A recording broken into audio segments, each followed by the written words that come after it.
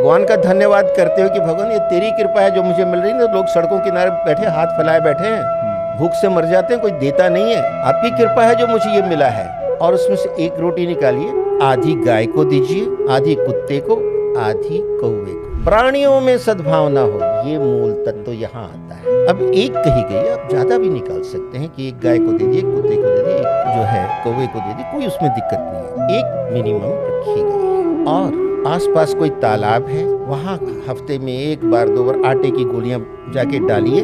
जैसे ही डालेंगे मछलियां इतनी सेंसिटिव फौरन सभी का ठीक हो जाता है और आपको इतना आनंद आएगा। आप क्या डाल रहे हैं? आटे की गोली मछली को, लेकिन मछली है कहाँ?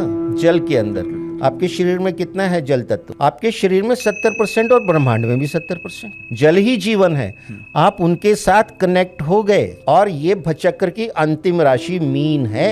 आप कहाँ कनेक्ट हो रहे हैं आपको समझ ही नहीं। आप कह रहे हैं मैं तो दाना डाल रहा हूँ मछलियों को, इससे क्या हो जाएगा? आपका त्रिनेत्र खुलेगा जब आपको पता लगेगा कि क्या हो जाएगा। और ये सब मैनिफेस्टेशन के तरीके हैं। अब आप पक्षियों को दाना डालिए। अब आप जो जल तत्व से तो कनेक्ट हो गए मछली को, आपने पक्षियों को दाना डाला। पक्षी कहाँ जाते हैं? दाना खा के कहाँ उड़ते हैं? आकाश की तरफ। आकाश तत्व से कनेक्ट हो गए। पंच महाभूत तत्व क्या है?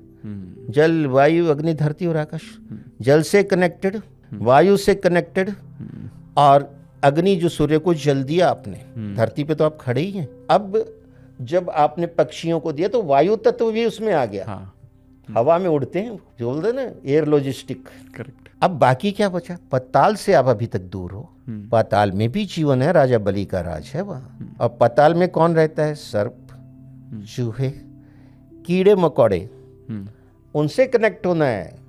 प्राणियों की सद्भावना अभी पूरी नहीं हुई है।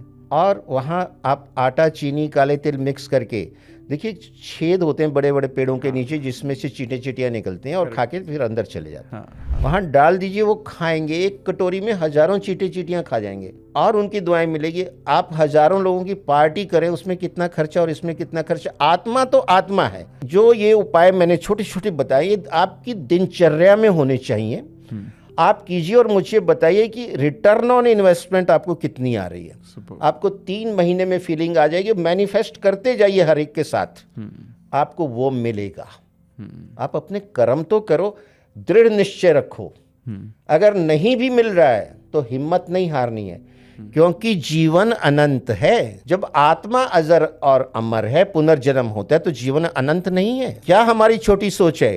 हम 10 साल में मर जाएंगे, 20 साल में मर जाएंगे, फिर क्या होगा? कुछ नहीं होगा। सृष्टि भी ऐसे चलेगी और ज्यादा अच्छी चलेगी और हो सकता है तुम्हें और अच्छा जन्म मिले। कर्म तो करो।